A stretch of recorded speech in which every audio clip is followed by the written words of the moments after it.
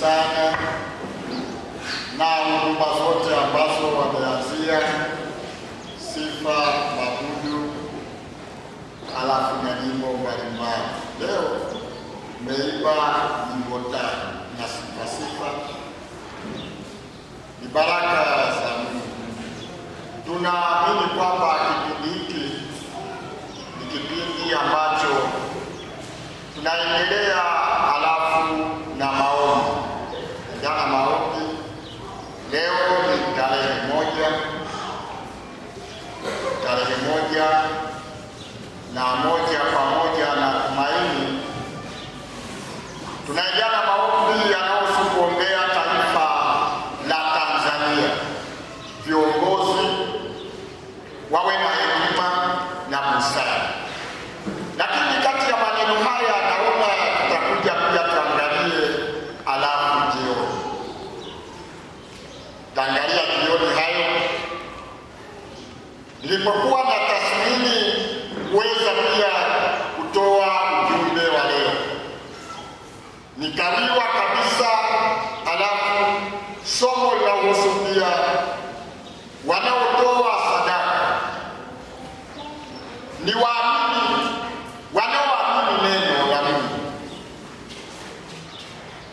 na wanaoamini Mungu alimtuma Yesu kwa watu wapokee wokovu.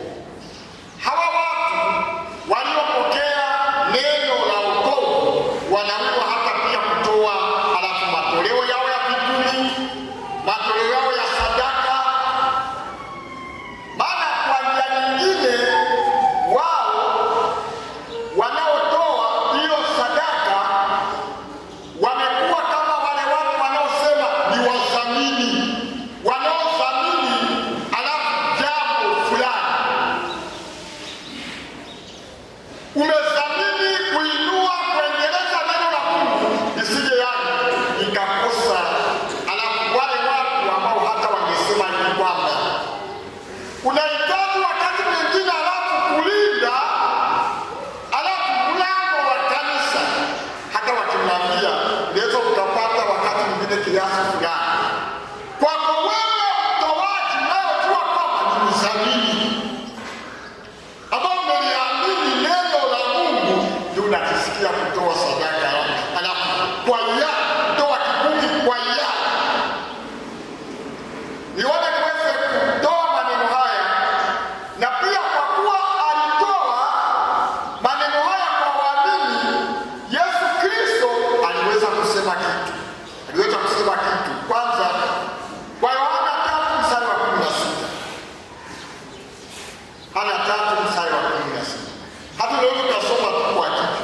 Kwa jinsi hii Mungu alitoa ulimwengu akamtoa mwanawe pekee, ila kila mtu amwaminie asipotee. Anayemwamini alafu Yesu Kristo akiamini, Mungu aliweza kumtoa ila aendeleze neno lake.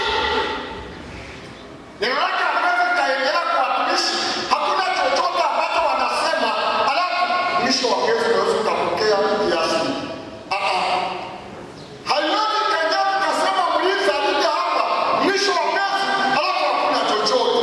Lakini kwa imani yako unaotoa wewe unawawezesha viongozi. Sifa kwa Yesu Kristo. Mungu atakosaje kukuinua?